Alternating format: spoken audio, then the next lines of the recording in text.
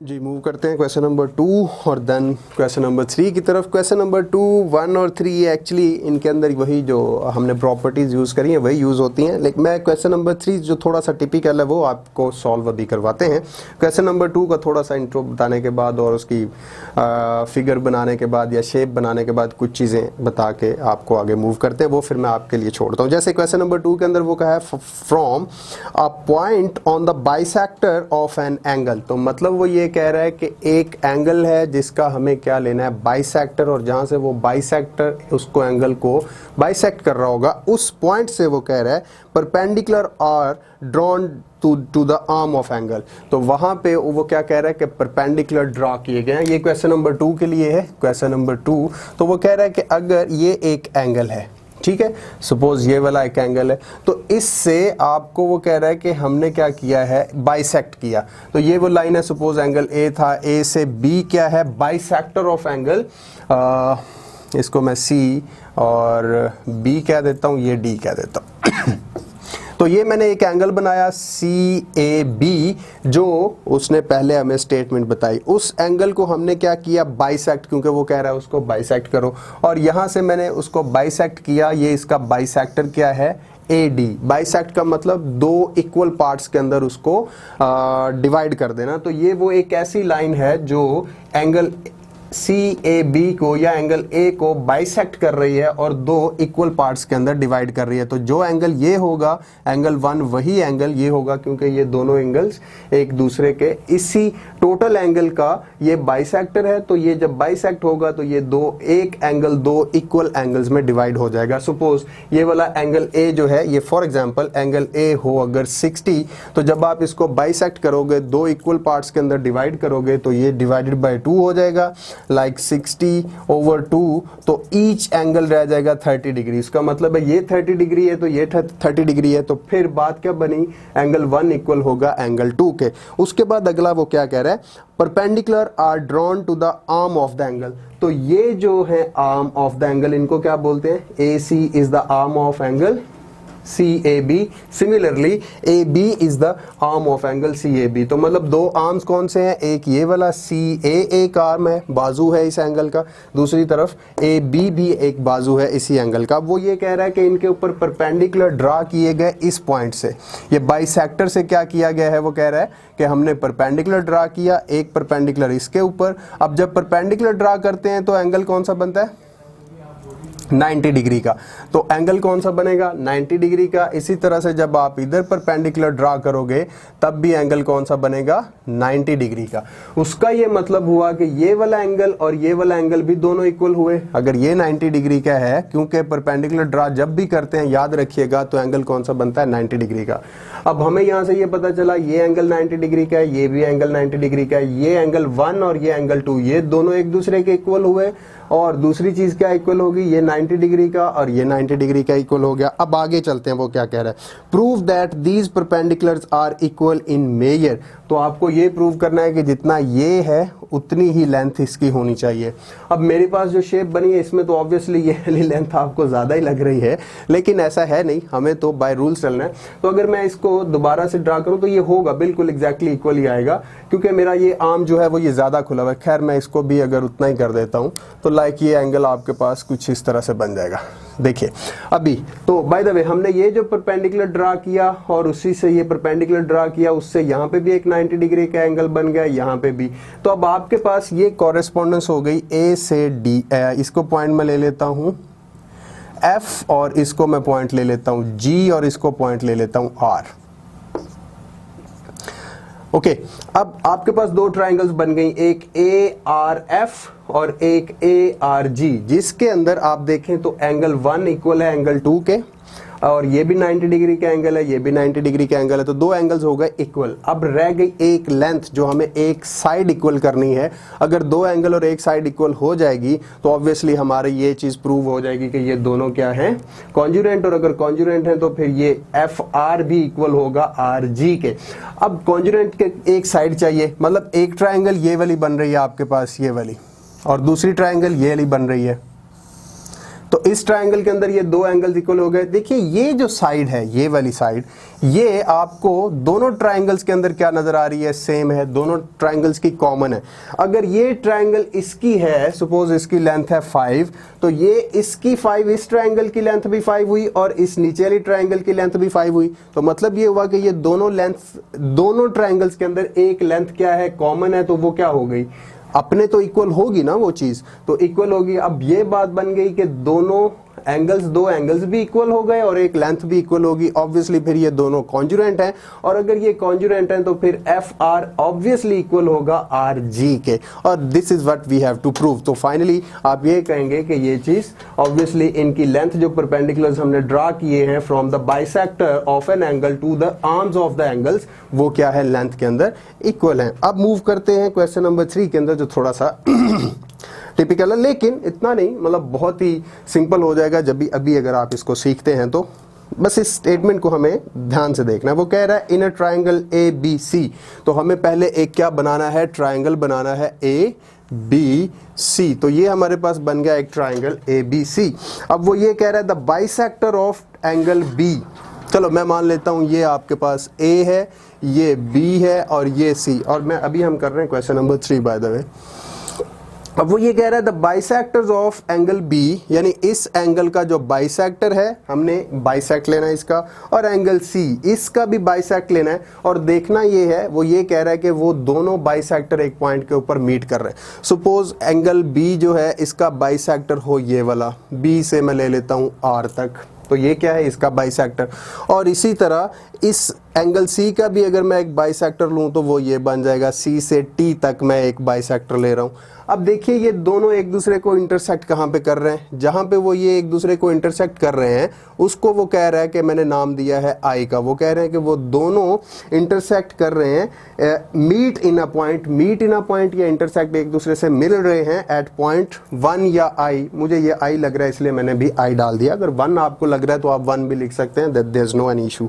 अब वो ये कह रहा है prove that I is equidistant from the 3 sides of triangle ABC। अब आपको प्रूव क्या करना है कि ये जो पॉइंट है ये इन तीनों साइड से इक्वली डिस्टेंस के ऊपर है। लाइक वो कह रहा है कि ये वाला जो डिस्टेंस हो यहाँ पे वही डिस्टेंस होना चाहिए I का इस लेवल पे। सपोज ये पॉइंट मैं ले लेता हूँ F, तो वो कह रहा है कि I से F जो डिस्टेंस है वो इक्वल होना चाहिए I से, इसको G ले लेता हूँ, I से G तक के डिस्टेंस के, और यही इक्वल होना चाहिए आपके पास इस डिस्टेंस के इक्वल होना चाहिए, आई से एफ के ऊपर। एफ तो ऑलरेडी ले चुके हैं, आई आर ऑब्वियसली, एक्चुअली ये तो वो लेंथ ऑलरेडी ये बाइसेक्ट कर रहा है, तो फिर एक पॉइंट ये हो गया ना आपके पास ये वाला, तो जी हो गया ये, और एफ जी, और ये पॉइंट एच ले लेता हूँ।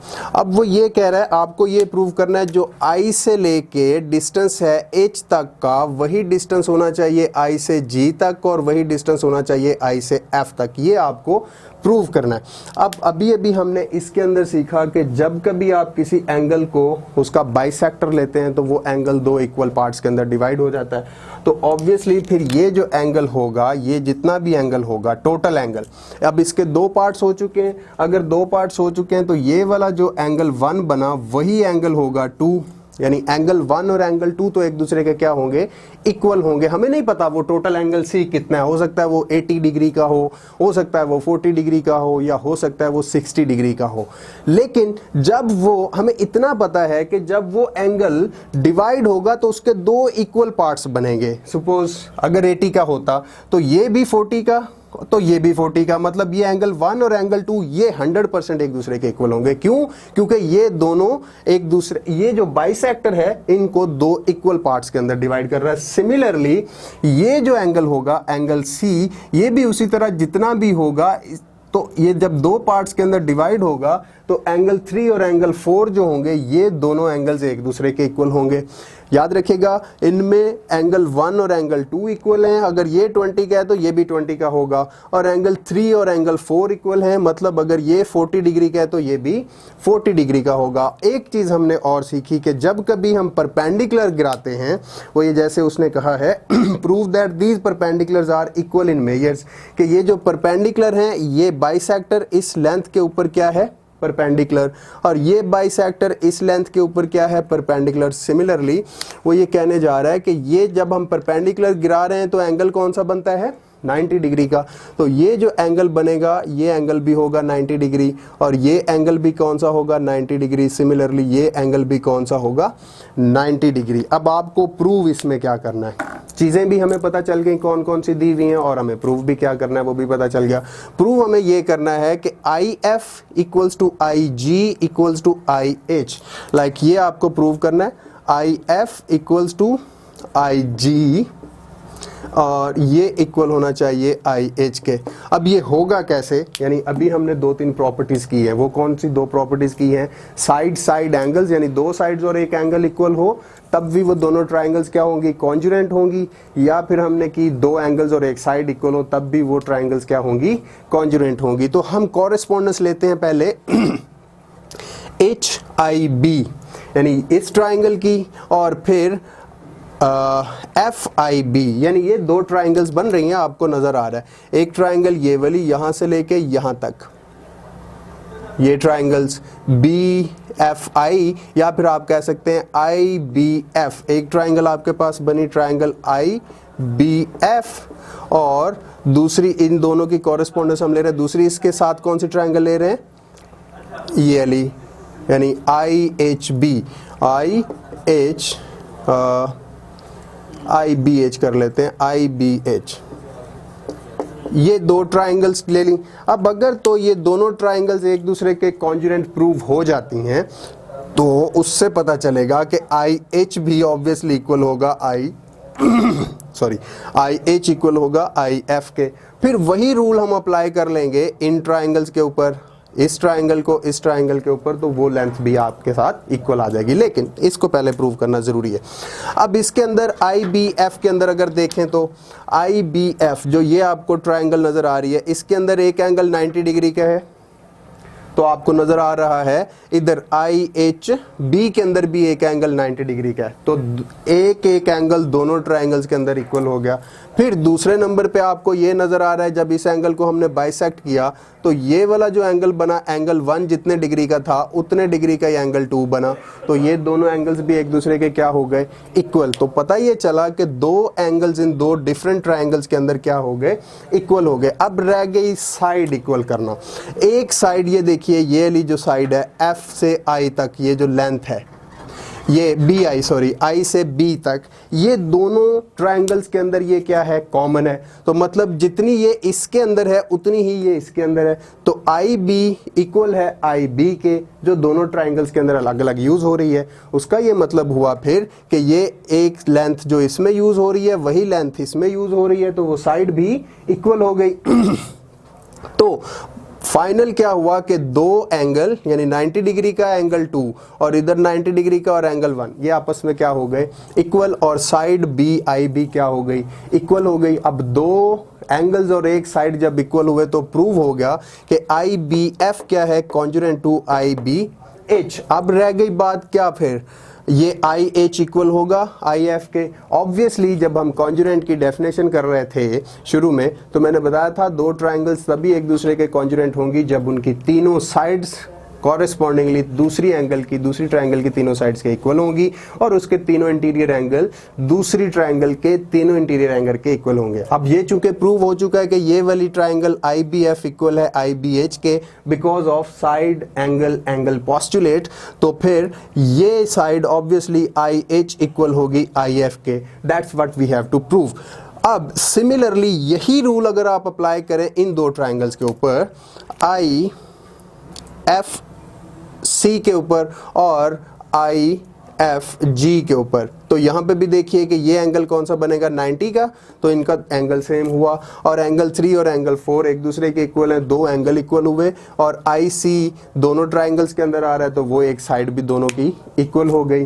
तो यहाँ पे भी 2 एंगल्स और एक साइड इक्वल हो रहे हैं, मतलब ये हुआ कि फिर IF के इक्वल होगा IG के, और यहाँ से हम देख के आए थे कि HI इक्वल है IF के और IF इक्वल हो गया IG के।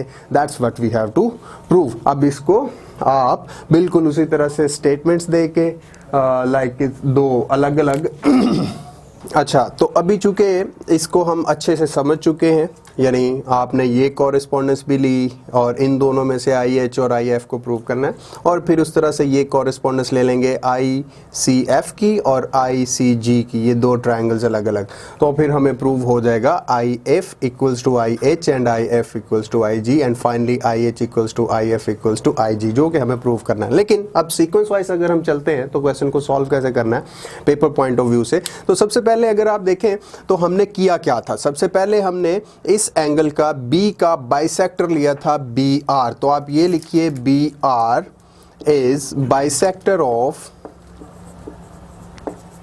एंगल बी एंड यहां से हमें एक और चीज भी मिली थी, आपको याद होगा कि ये एंगल 1 जो है एंगल 2 के इक्वल था, तो आप ये भी लिखिए angle 1 is equals to angle 2। ये आपको पहली यहां से खुद से इंफॉर्मेशन जनरेट हो गई, क्योंकि बाइसेक्टर आपको पता है जब भी होगा तो बाइसेक्टर एक एंगल को दो इक्वल पार्ट्स के अंदर डिवाइड कर देता है, और हमने बाइसेक्टर को नाम दे दिया बी आर का। आप यहाँ पे एरो यूज कर सकते हैं बाय द वे ये टी मैंने लिखा था। और इसी तरह दूसरा हमने बाइसेक्टर लिया था सी टी, तो फिर ये आ गया आपके पास दूसरी information that C T is bisector of angle C. तो एंगल सी का जो बाइसेक्टर है वो है सी टी, और यहां से हमें पता चला that angle 3 equals to angle 4, angle 3 is equals to angle 4। और हमें एक और चीज पता चली कि ये जो बाइसेक्टर होता है ये लेंथ के ऊपर क्या होता है, परपेंडिकुलर भी होता है। तो परपेंडिकुलर है तो हमें ये पता चला that angle H equals to 90, angle F equals to 90 and angle G equals to 90। तीसरी चीज हमें ये पता चली दैट आप ये कह सकते हैं IH is perpendicular to IH is perpendicular. ये परपेंडिकुलर का साइन होता है, बाय द वे मैं यहाँ पे हाईलाइट करके लिख रहा हूँ, ये परपेंडिकुलर का साइन है। अब मैं क्या लिख रहा हूँ, IH is perpendicular to, IH हमने परपेंडिकुलर किया AB के ऊपर, तो आप ये साइन देने के बाद ये लिखेंगे IH परपेंडिकुलर टू AB, और इसी तरह फिर आप लिखेंगे IH is perpendicular to IG is perpendicular to AC, और फाइनली आप लिखेंगे IF is perpendicular to BC। तो ये तीनों आपको और यहाँ से इंफॉर्मेशन मिली। अब ये इंफॉर्मेशन अगर आप यूज करते हो IH is perpendicular to AB और IG is perpendicular to AC and IF is perpendicular to BC। तो यहाँ से इंफॉर्मेशन हमें क्या मिल गई भैया, angle H equals to 90, angle F equals to 90 and angle G equals to 90। तो ये यहाँ से आपको इंफॉर्मेशन मिल गई, angle H equals to angle F equals to angle G which is equals to 90 degree. अब आपको प्रूव क्या करना है, what we have to prove है, तो प्रूव हम करने जा रहे हैं नाउ प्रूव दैट, जो उन्होंने कहा है आपको, अगर इस स्टेटमेंट को फिर से देखें तो वो कह रहा है prove that I is equi distance from 3 sides, यानी ये I का जो इन तीनों साइड से डिस्टेंस है वो इक्वल है। तो आपको ये प्रूव करना है that IH is equals to IF is equals to IG। अब उसके लिए हम करने क्या जा रहे हैं, इसको प्रूव करने जा रहे हैं। तो प्रूव करने के लिए आपको यहाँ पे देनी है स्टेटमेंट, और यहाँ पे उसके सामने रीजंस देते जाएंगे। स्टेटमेंट में सबसे पहले हम क्या देखेंगे, स्टेटमेंट क्या देनी चाहिए हमें, इन कॉरेस्पॉन्डेंस, यानी ये दो ट्राइंगल्स की कॉरेस्पॉन्डेंस ले लीजिए। कौन कौन सी ट्राइंगल, यहाँ पे मैं लिखूंगा इन ट्राइंगल, पहली ट्राइंगल में ले रहा हूं ये वाली IHB, और इसकी कॉरेस्पॉन्डेंस में ले रहा हूं किसके साथ, आपको नजर आ रही है दूसरी IFB triangle, IFB and B, इन दोनों की कॉरेस्पॉन्डेंस के अंदर आपको क्या देखना है देखिए आपको पता प्रूव क्या करना है आपको, I F equals to I H, ये यहां से मिलेगा। कैसे? अगर आप इन दोनों को कॉन्जुरेंट प्रूव कर देते हैं तो वो कैसे आएगा, देखिए आप इस कॉरेस्पॉन्डेंस में देखें तो आपको नजर आ रहा है that angle 1 is equals to angle 2, ये क्या है आपको गिवन है। क्यों? क्योंकि आपने इसको बाइसेक्ट किया था। उसके बाद एंगल F इक्वल है एंगल H के, angle F equal angle H, ये दोनों एंगल हैं 90 डिग्री के। और क्यों है? क्योंकि ये आपने परपेंडिकुलर ड्रा किए थे, परपेंडिकुलर से आपने ड्रा किए थे। फिर एंगल ये जो लेंथ है इसके अंदर आई बी, वो इस ट्राइंगल आई एच बी के अंदर भी है और वही आई बी इस ट्राइंगल आई एफ बी के अंदर भी है। तो फिर आप लिख सकते हैं आई बी लेंथ जो है वो इक्वल है लेंथ आई बी के। और वजह क्या है? क्योंकि कॉमन है ये दोनों ट्राइंगल के अंदर। अब ये दो चीजें अगर आपके पास प्रूव हो गई, यानी इन दोनों के एंगल प्रूव हो गए, दो एंगल्स भी प्रूव हो गए, एंगल 1 एंगल 2 के इक्वल है, फिर एंगल एफ एंगल एच के इक्वल है और एक साइड भी इक्वल है, तो फिर यहां से आप कह सकते हैं I H B is congruent, या I triangle I H B triangle I F B prove हो गई। यहाँ पे लिखेंगे प्रूव्ड। वजह क्या है? दो एंगल्स हैं, एंगल साइड पोस्टुलेट। अब चूंकि ये दोनों ट्राइंगल्स एक दूसरे के क्या हैं? कॉन्जुरेंट हैं, तो उससे हमें ये पता चला फिर कि ये जो आपके पास आई बी है ये इक्वल आई बी के हुआ, फिर ये बी एफ इक्वल होगा एच बी के, और फिर आई एच इक्वल होगा आई एफ के। फाइनली आप ये लिखोगे hence I H is equals to I F.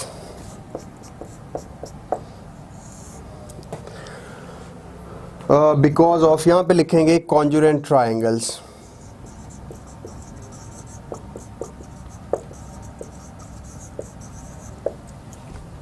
अब बिल्कुल इसी तरह से आप क्या लिखेंगे? सिमिलरली दूसरी हम ले लेते हैं इनकी कॉरेस्पॉन्डेंस। सिमिलरली इसकी I F B in correspondence, I F B, और इन दोनों की कॉरेस्पॉन्डेंस ले रहे हैं इस ट्राइंगल की किसके साथ आप ले रहे हैं? अभी इसके साथ, आई एफ सी के साथ, आई एफ सी के साथ। अब सॉरी अभी आप ले रहे हो एक्चुअली कॉरेस्पॉन्डेंस कौन सी? ये दो ट्राइंगल्स की, एक ये वाली ट्राइंगल और एक ये वाली triangle. In correspondence I F C, ये ट्राइंगल की कॉरेस्पॉन्डेंस ले रहे हैं आप आई जी सी के साथ, आई जी सी।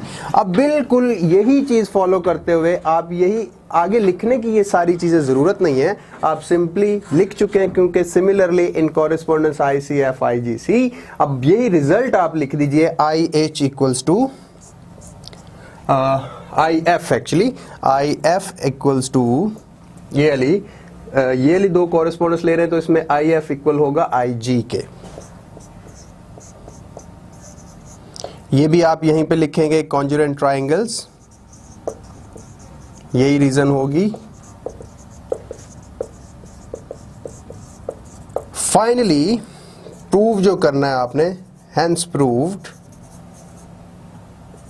क्या प्रूव करना है यहां से देखिए जरा गौर से। अगर आई एच इक्वल है आई एफ के और आई एफ इक्वल है आई जी के, तो उसका मतलब क्या हुआ? फिर आई एच आई जी के इक्वल भी होगा। इसके लिए मैं थोड़ा सा यहाँ पे आपको लेके आता हूँ। देखिए 6 जैसे इक्वल है, कह रहे हैं कि 3 + 3 के, और वो ये कह रहा है 3 + 3 इक्वल है 4 + 2 के। यही बात यहाँ पे हो रही है। देखिए अगर आप मान लीजिए आई एच इक्वल है 6 के और आई एफ इक्वल है 3 प्लस 3 के, और ये I F equal I plus F equal है I F 3 plus 3 equals to ये नई चीज आई जी है वो 4 प्लस 2। अब इसको 6 है तो ये भी ऑब्वियसली क्या है 6, बिकॉज ये अगर इसके इक्वल है तो ये इसके इक्वल हुआ, मतलब ये दोनों भी एक दूसरे के क्या होंगे इक्वल। और यही आप यहाँ पे लिखिए I H equals to I F equals to IG. That's it. Thank you very much.